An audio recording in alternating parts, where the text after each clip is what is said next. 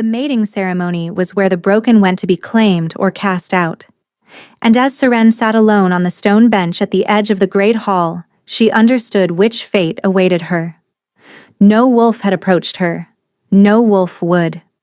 The mark on her wrist, hidden beneath her sleeve, had already sealed her future before she'd even arrived. They called her the Hollow One, the woman who drained life from those she touched.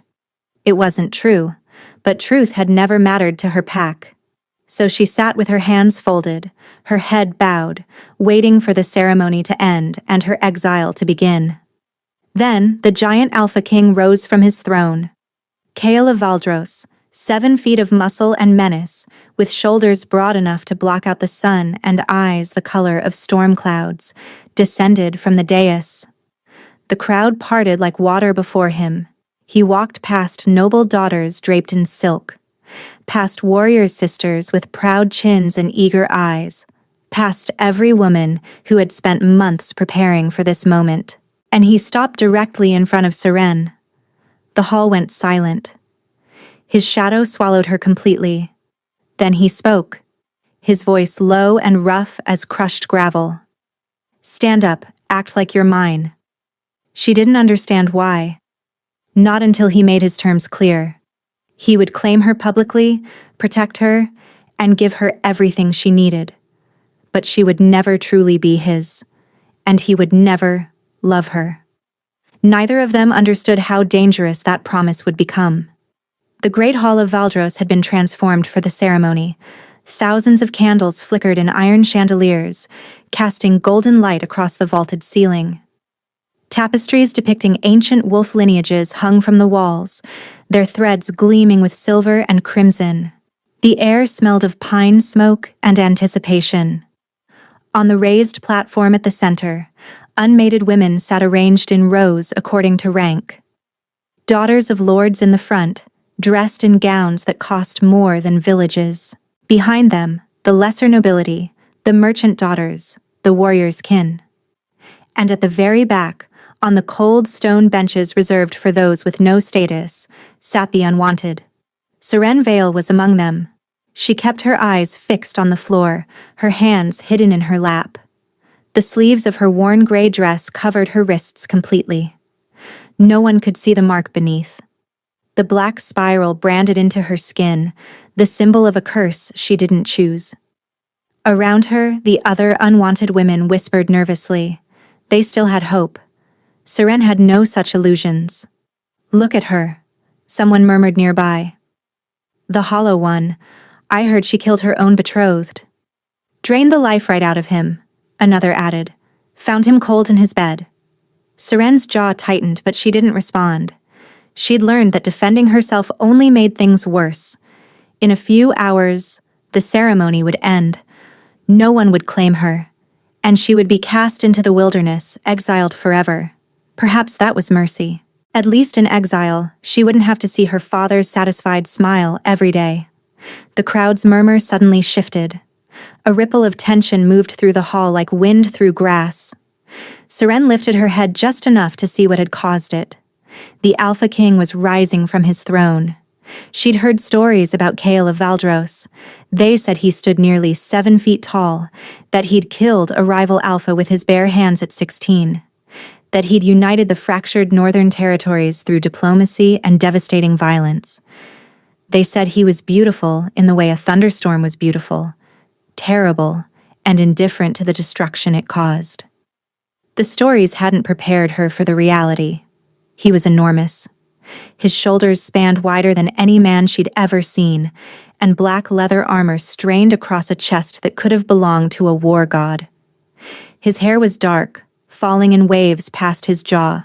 His face was all hard angles, sharp cheekbones, a strong nose, a mouth set in a grim line. But it was his eyes that made her stomach drop.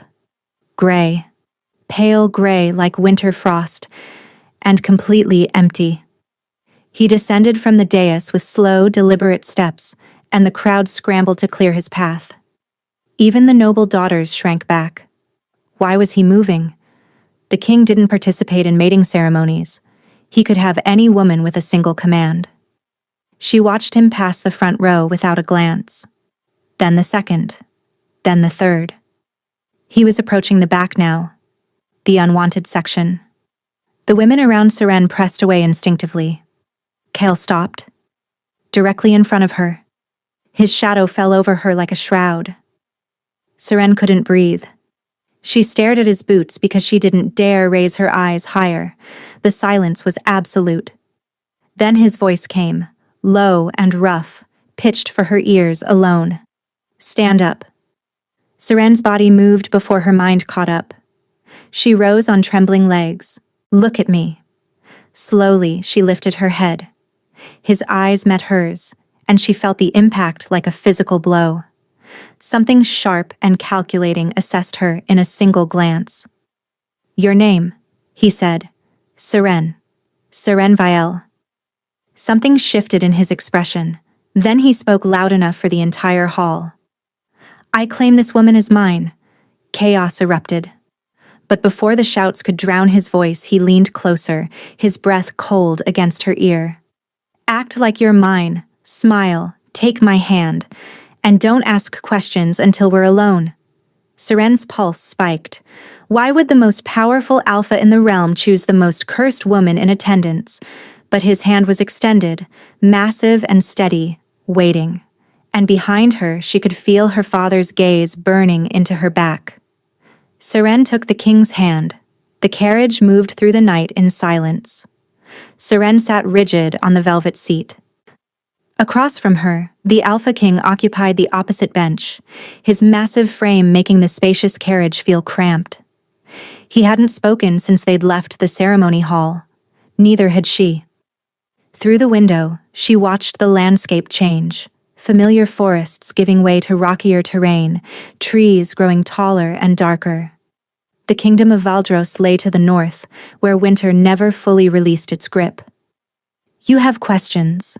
His voice made her flinch. Seren turned to find him watching her, pale gray eyes reflecting the moonlight. I have many questions, Your Majesty, she said carefully. Then ask them. Why me? You could have claimed any woman, princesses, noble women. Why choose the one everyone believes is cursed?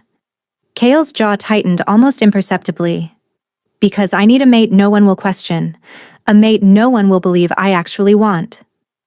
The words landed like stones in still water. I don't understand, Seren admitted. You don't need to understand. You only need to play the part. He shifted. I have enemies, powerful ones. They've been pressuring me to mate with women of their choosing, women who would give them influence over me. If I refuse without taking a mate, they'll see it as weakness. So you chose me, Seren said quietly. Because no one would believe you'd willingly mate with the Hollow One. Precisely. She should have been insulted. Instead, she felt relief. He wasn't claiming her because he wanted her. He was using her as a shield. What are your terms? She asked. His brow lifted slightly. We will be mated in name only, he said. You will live in the palace, attend public functions at my side. In exchange, you'll have rooms of your own, servants, safety, everything you need. And what won't I have? I will never mark you. We will never complete the bond. We will not share a bed, chambers, or confidence. This marriage will be contractual. Nothing more. Each statement landed like a door slamming shut. I understand, Seren said. Kyle studied her. You're not upset. Should I be? Most women would be. Seren looked at her hands. Most women weren't accused of killing their betrothed. Most women didn't spend years waiting to be exiled. She met his gaze. You're offering me safety. That's more than I ever expected to have again. He was silent for several heartbeats. The castle appeared without warning, a massive structure of black stone rising from the mountainside. Towers pierced the sky, and torches burned in windows that glowed like watching eyes. Inside, servants lined the entrance, eyes downcast but curious. They walked in silence through endless corridors until they stopped before a heavy wooden door. These are your chambers, Kyle said. Tomorrow, we'll discuss the formal bonding ceremony. Seren nodded. Then she paused. Your Majesty? Thank you. Whatever your reasons, you've saved my life tonight. He was silent, his expression unreadable. Don't thank me yet. He was gone before she could ask what he meant. Inside, the chambers were enormous. Canopied bed, crackling fire, bookshelves, a private bathing chamber. And standing by the window, silhouetted against moonlight, was a woman Seren had never seen. The woman turned, beautiful, with sharp features and dark hair. Her dress was crimson velvet. So, she said, her voice silk over steel, you're the one he chose. Who are you? Lady Morwen, the king's cousin, his closest advisor. Her smile widened coldly. And someone who's made inquiries about you. Serene's blood turned to ice. I know exactly what you're hiding beneath those sleeves you guard so carefully, Morwen continued. The hollow one, the girl who drains life, the girl who killed her betrothed. I didn't. It doesn't matter what you did or didn't do. What matters is what the king will believe when he learns what's hiding under his roof. She stepped back, smoothing her skirts. Enjoy your beautiful chambers while you can, because when Kale discovers what you truly are, he won't exile you. Her smile turned venomous. He'll execute you himself. Then she swept from the room, leaving Seren alone with dying embers and a chest tight with fear. Morning came too quickly. Seren had barely slept, Morwen's words circling her mind. She'd paced until exhaustion claimed her, then jolted awake at every shadow. When dawn crept through the windows, servants arrived with hot water, food she couldn't eat, and a gown of deep blue velvet. The king requests your presence in the council chamber, my lady. My lady. Yesterday she'd been a curse. Today she was a lady. Tomorrow she might be a corpse. The council chamber was circular, with a vaulted ceiling and a round table at its center. Maps covered the walls. Kyle stood at the far end, dressed in black, studying a document. When she entered, his eyes lifted to hers. Sit, he said. Two advisors flanked him, studying her with barely concealed skepticism. The ceremony will take place in 3 days, Kale said. A formal bonding ritual before the court. We'll speak traditional vows, exchange tokens, and present ourselves as united. And the marking? One advisor asked. Will not occur. We'll cite tradition, delayed consummation. No one will question it. Seren sat silent, watching the discussion unfold around her. They talked about her clothes, the procession, and the feast. Not once did they ask her opinion. She didn't expect them to. There's another matter, the second advisor said. Lady Morwen has requested an audience. She claims concerns about the match. Kale's expression didn't change. Tell Lady Morwen my choice of mate is not subject to her approval. If she has concerns, she may submit them in writing. When the advisors departed, silence filled the chamber. Kale took the chair beside her. This close, she could smell him. Pine and cold stone. You barely spoke, he observed. I wasn't asked to speak. That didn't stop you last night. Despite everything, warmth crept up her cheeks. Last night we were negotiating. Today I was furniture. A ghost of amusement crossed his features. You're afraid, he said. Oh, anyone would be afraid. Most wouldn't admit it. Pretending not to be afraid doesn't make the fear go away. It just makes you slower when danger comes. Kyle went very still, as if she'd said something that mattered. Before either could speak, the door burst open. Lord Aldrich Vale strode in, robes billowing, face twisted with fury. Guards scrambled behind him. There you are, Aldrich spat, eyes finding Seren. Did you think you could hide behind royal skirts? Seren rose. Father. Don't call me that. He stopped several feet away. You've disgraced our family name. Now you've convinced the king to... Lord Vielle. Kale's voice cut through like a blade. He hadn't risen, but suddenly dominated the room completely. You are in my council chamber. You were not invited. Choose your next words carefully. Aldrich's face paled. Your Majesty, you've been deceived. This woman is dangerous. She's cursed. She killed her betrothed.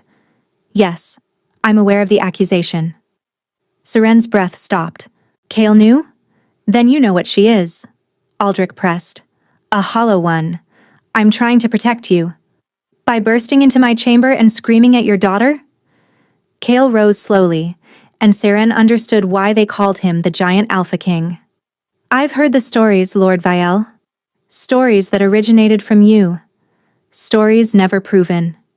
The boy died. People die. That doesn't make your daughter a murderer. Aldrich sputtered. His eyes darted to Seren, filled with hatred. She has bewitched you. Enough. The word rang like thunder. Kyle stepped forward, and Aldrich stumbled back. Your daughter is now under my protection. She is my queen. An insult to her is an insult to me. His voice dropped. Guards, escort Lord Vale to the gates. As they dragged Aldrich toward the door, his eyes found Seren. This isn't over, he said quietly. When he learns what you really are, he'll be the one to put the blade to your throat. The door slammed.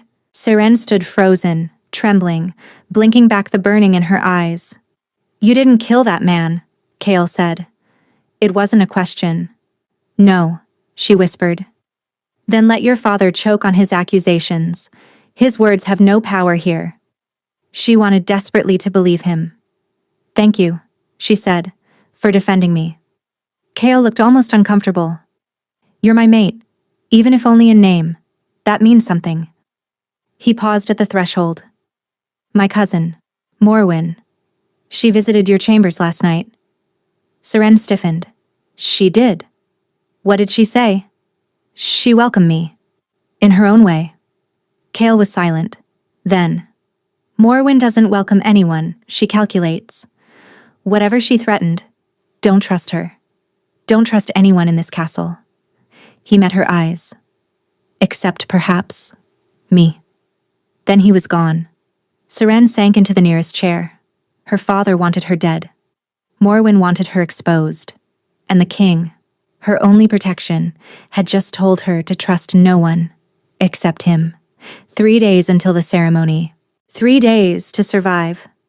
The ceremony day arrived wrapped in frost and silence. Seren stood before the mirror, barely recognizing the woman who stared back. The servants had spent hours preparing her, bathing her in rose-scented water, brushing her hair until it gleamed, painting her lips crimson. The gown was a masterpiece, white silk layered over silver, with crimson threads woven through the bodice. It was the gown of a queen.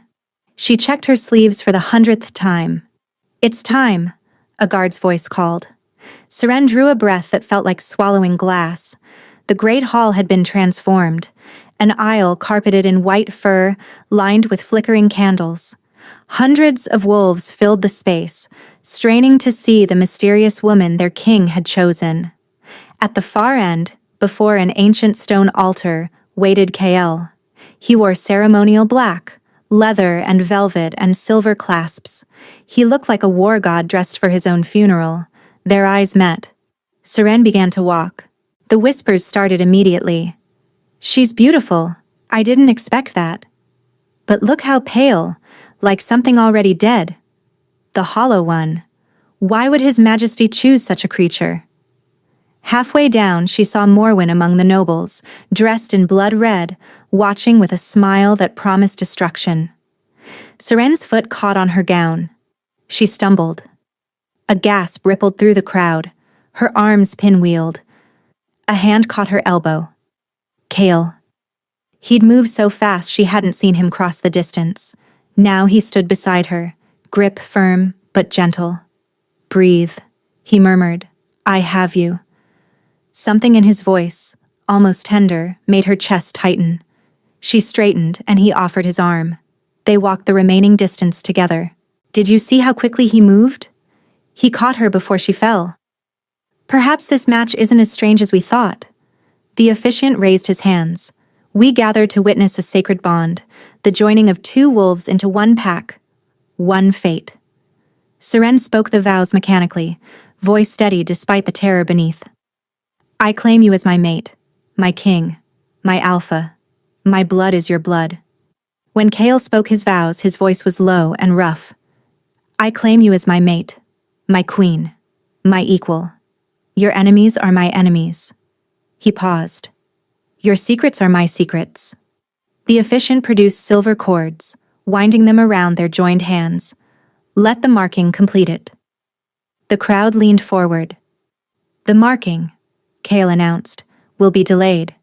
We observe the old tradition. My queen and I will complete it in private when the bond is ready. Murmurs rippled through the hall, but the officiant nodded. Kale raised their bound hands. I present to you Seren of Valdros, your queen. The applause was hesitant but real, and when Seren looked out at the faces, she saw something unexpected. Some were smiling, the feast afterward blurred, endless courses, forgotten conversations. Through it all, Kale remained at her side. At some point, she realized her hand was resting on his arm. She started to pull away, but his hand covered hers. Not yet. They're still watching. Later, at her chamber door, Kale paused. Tomorrow, we begin convincing them this is real. Isn't it real enough already? He studied her. Nothing about this is real, Seren. Remember that. Then he walked away, leaving her with an aching heart that shouldn't exist. The days settled into a strange rhythm. Each morning, Seren woke in luxurious chambers. Each afternoon, she appeared at Kale's side for public functions. Each evening, he escorted her to her door and disappeared. They were strangers playing at intimacy, but something was shifting. It started small, a hand on her back during difficult conversations, his body angling toward hers when others approached aggressively. The way his eyes found hers across crowded rooms. He noticed when she didn't eat, noticed when her smiles grew strained. You're uncomfortable around Lord Thesson, he observed one evening. Seren blinked. How did you know?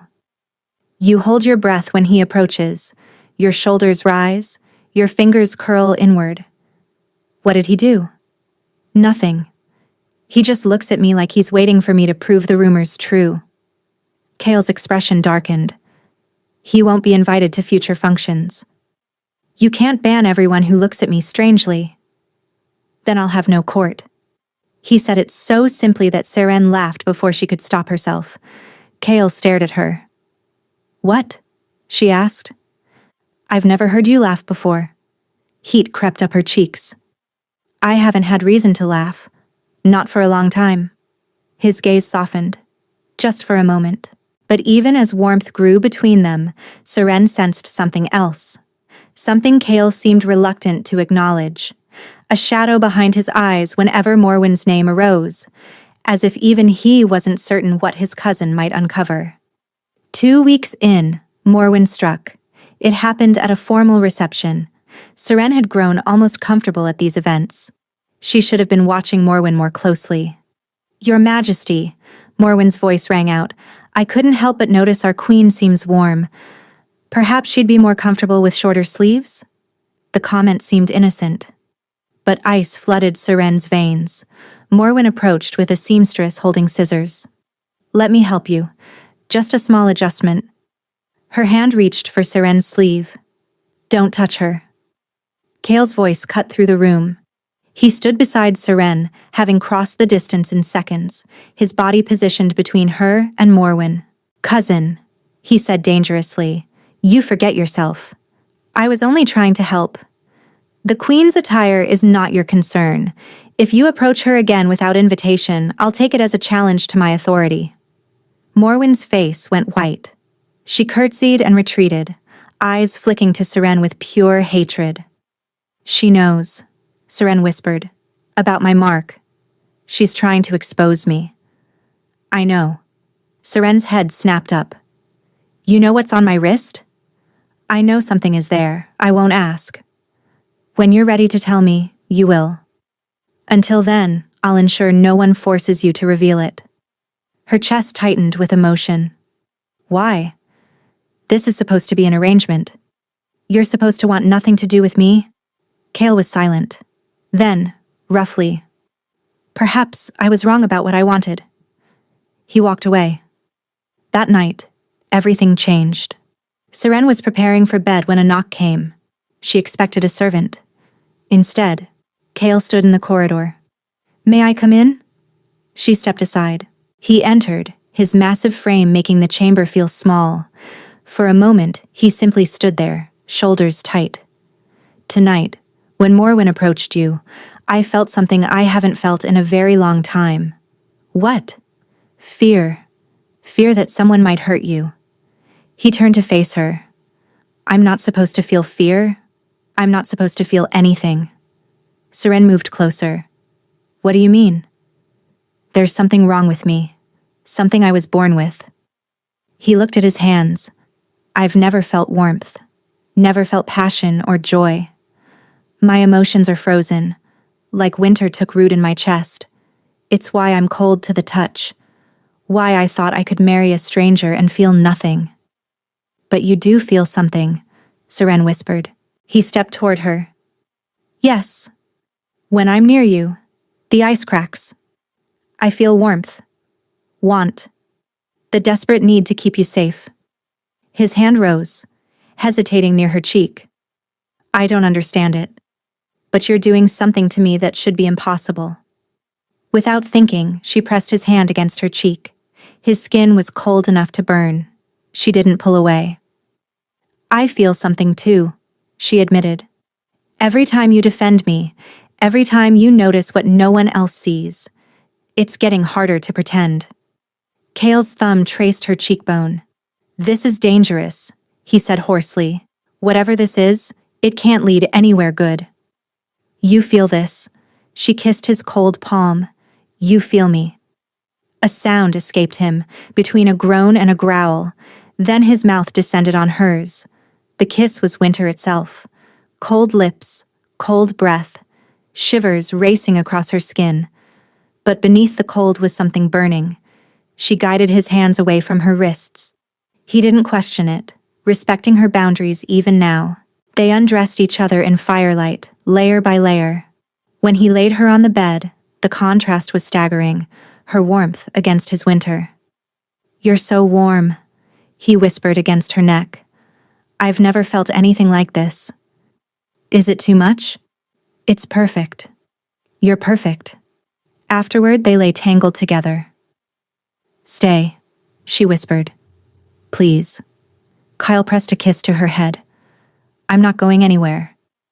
For the first time, the giant Alpha King slept beside another person, his frozen heart beating warmer than ever before. And Seren lay awake, knowing the truth she couldn't escape. She was falling in love with him, and that terrified her more than anything. The weeks that followed were the happiest of Seren's life. Kale came to her chambers every night. Sometimes they made love for hours.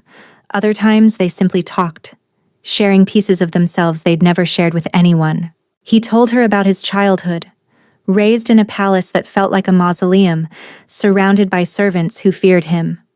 About his mother, who died giving him life, and his father, who'd blamed him for it. He said I was born wrong, that the cold was punishment for her death. Seren held him tighter. He was wrong. The cold is just part of who you are. You're the only one who's ever believed that. She told him things too, about growing up as her father's shame, about Brennick, her betrothed, who'd seemed kind at first, about waking to screaming, finding Brennick dead, cold and drained, and herself standing over him with no memory. They said I did it. The mark appeared that night, proof of what I was. But I don't remember anything. Kyle listened without judgment. "Show me," he said quietly. "The mark." Seren hesitated. Despite their intimacy, she'd kept her wrists covered. But she trusted him now. Slowly, she pushed back her sleeve. The mark spiraled across her wrist, black as ink, pulsing faintly. Kale studied it. The hollow mark. The sign of a life drainer.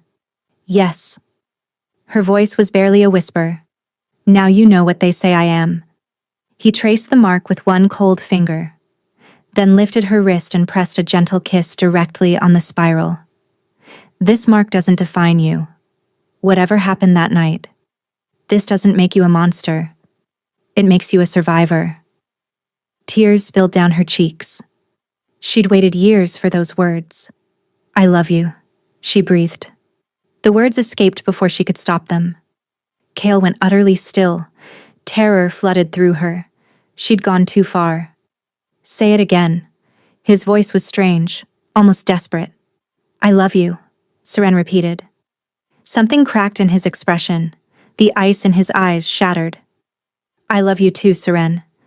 You've melted something I thought was frozen forever. He pulled her close, trembling. I love you so much it terrifies me. Joy exploded through her. She laughed and cried, pressing kisses to his face.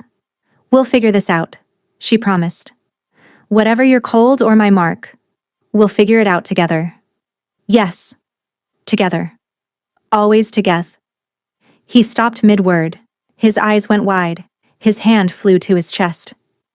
Kyle? Seren grabbed his shoulders. What's wrong? He couldn't answer. His face had gone white as death. Frost spread visibly across his skin, cheekbones, jaw, throat. No, he gasped. Not now. His body convulsed. He doubled over, crying out in agony. Kale! Seren screamed. She tried to hold him, but the cold radiating from him was unbearable, burning her skin. He collapsed, hitting the bed, then rolling to the floor. Frost coated his chest, his arms, turning skin to ice. Help! She scrambled for the door. Someone help! The king is dying! She fell beside him, grabbing his hand despite the searing cold. His eyes found hers, filled with agony and despair. I'm sorry, he whispered, voice cracking. Should have told you. Told me what? What? His eyes fluttered closed. Frost sealed over his face. His chest stopped moving. No. No, no, no. Kale. But he didn't respond. The giant Alpha King lay frozen on the floor, and Seren screamed until her voice broke. 3 days passed in nightmare. Kale lay in his chambers, encased in frost that thickened each hour. Healers came and went, shaking their heads. The court whispered that the Hollow One had revealed her true nature. Seren refused to leave his side. She sat beside his frozen form, holding his ice-cold hand despite the pain. On the 3rd day, his eyes opened. Kale! She grabbed his shoulders. You're awake. Listen. His voice was barely a whisper. I don't have much time. The healers can't fix this. It's a curse, an ancient one. Dread pooled in her stomach. What kind of curse? Generations ago, my ancestor bargained with a winter spirit. Power in exchange for sacrifice. He gasped for breath. The price was higher than anyone knew. What price? The kings of Valdros cannot love. If we give our hearts completely, the winter takes us. Our hearts freeze. We die. The words hit like a blow. No, she breathed. I knew the curse existed. I'd never felt anything, so I thought I was immune. I chose you because I thought I could never love someone I didn't truly know. A bitter laugh escaped him. I was wrong. You did love me. And now I'm killing you. No. You gave me life. For the first time, I felt alive. His hand twitched in hers. I don't regret it. What if you stopped loving me? Would the curse reverse? He looked at her with such tenderness. I could never stop. What if I gave you a reason to?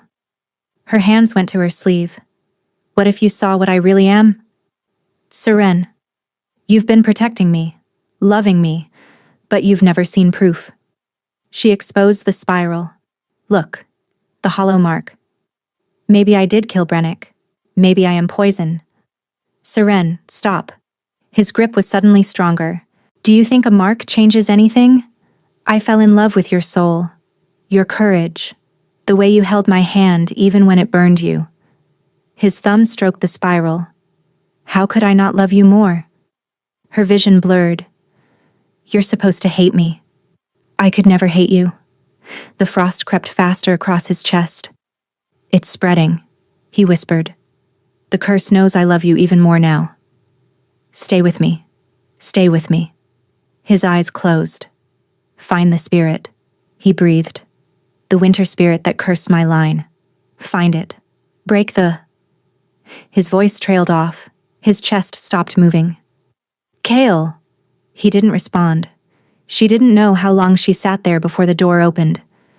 Your Majesty. The elderly steward, Kalum. There's a woman here. She says she knows about the curse. Hope and fury warred in her chest. Bring her.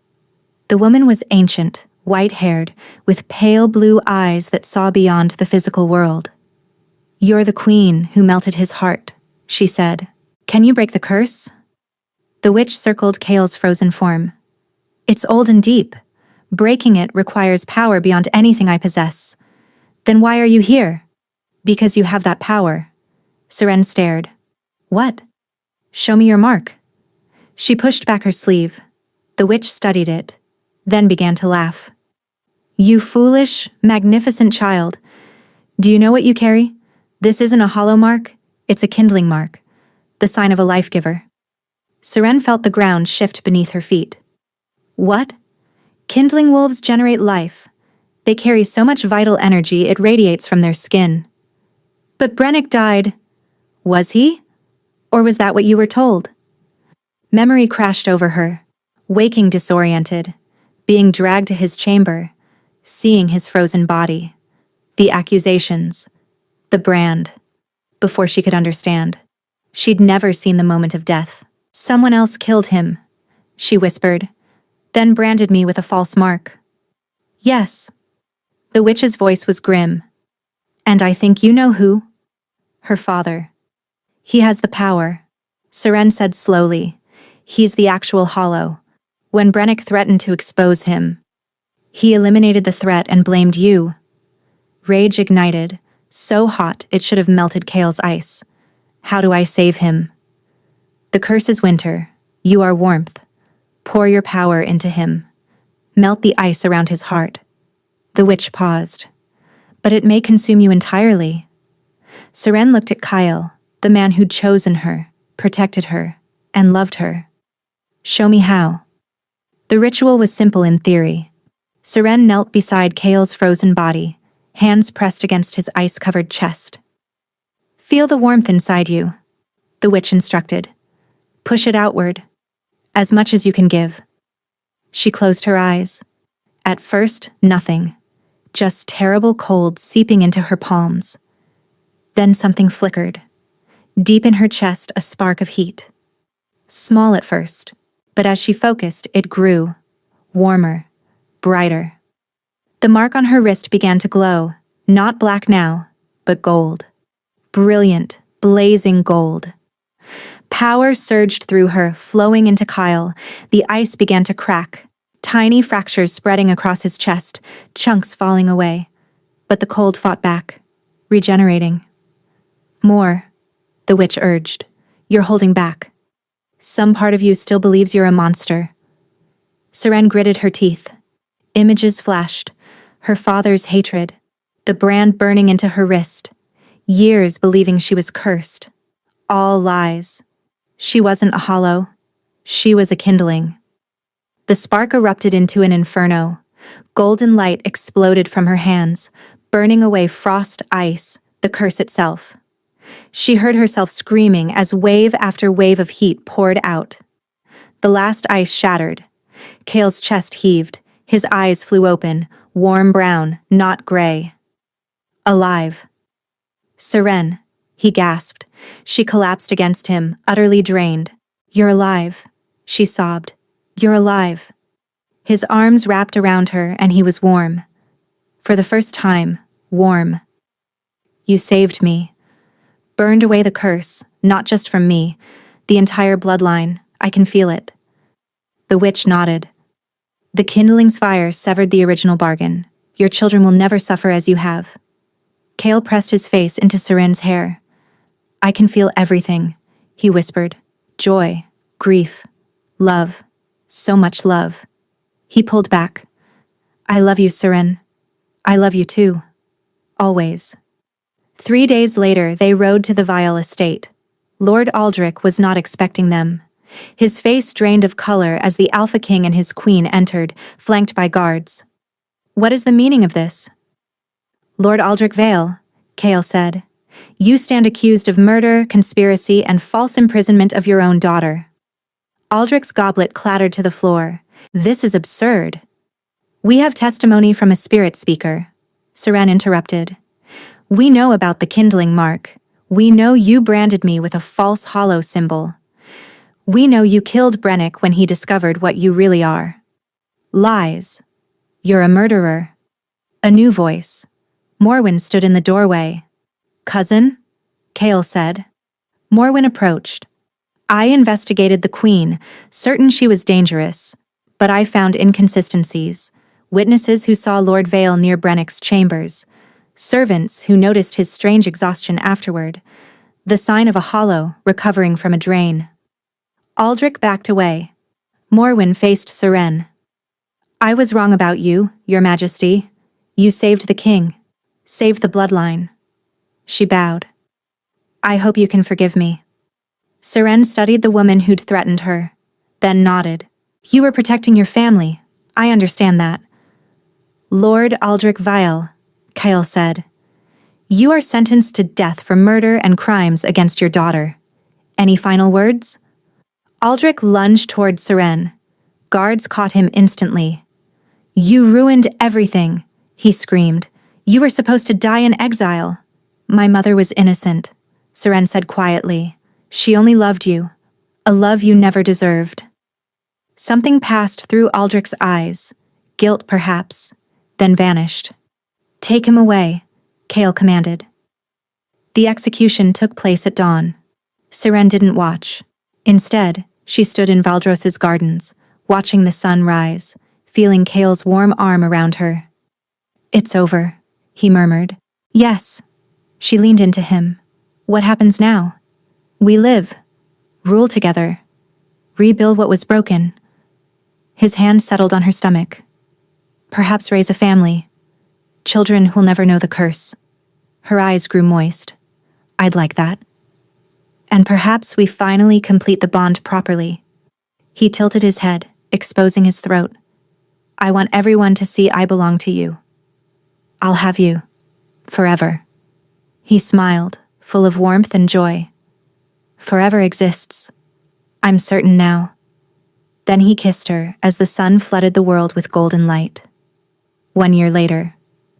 The nursery was warm, filled with morning sunlight and a baby cooing. Seren lifted her daughter from the cradle. Thalia, named for the goddess of warmth, had her father's dark hair and her mother's copper eyes, and on her wrist, a faint golden mark, the kindling symbol. "She's beautiful." Kael appeared in the doorway. "Like her mother." "She has your stubbornness, refused to sleep until I sang 3 times. 4 times tomorrow." He crossed the room, wrapping his arms around them both. "My girls." Seren leaned against his chest. "Are you happy?" "Happier than I knew was possible. I spent my life frozen. Then you walked into that ceremony hall, alone and brave, and everything changed. We saved each other." "Yes." He kissed her neck, right over his mark. "We saved each other." Outside, the gardens bloomed with impossible flowers, nurtured by a queen whose touch brought life. The kingdom prospered. The curse was memory. And across the realm, people told stories of the hollow one who wasn't hollow, the queen who'd melted the frozen king's heart and freed an entire bloodline from winter. Seren smiled, holding her daughter, her husband's arms around them both. She'd spent so long believing she was cursed. Now she understood the truth. She'd never been cursed. She'd always been the cure.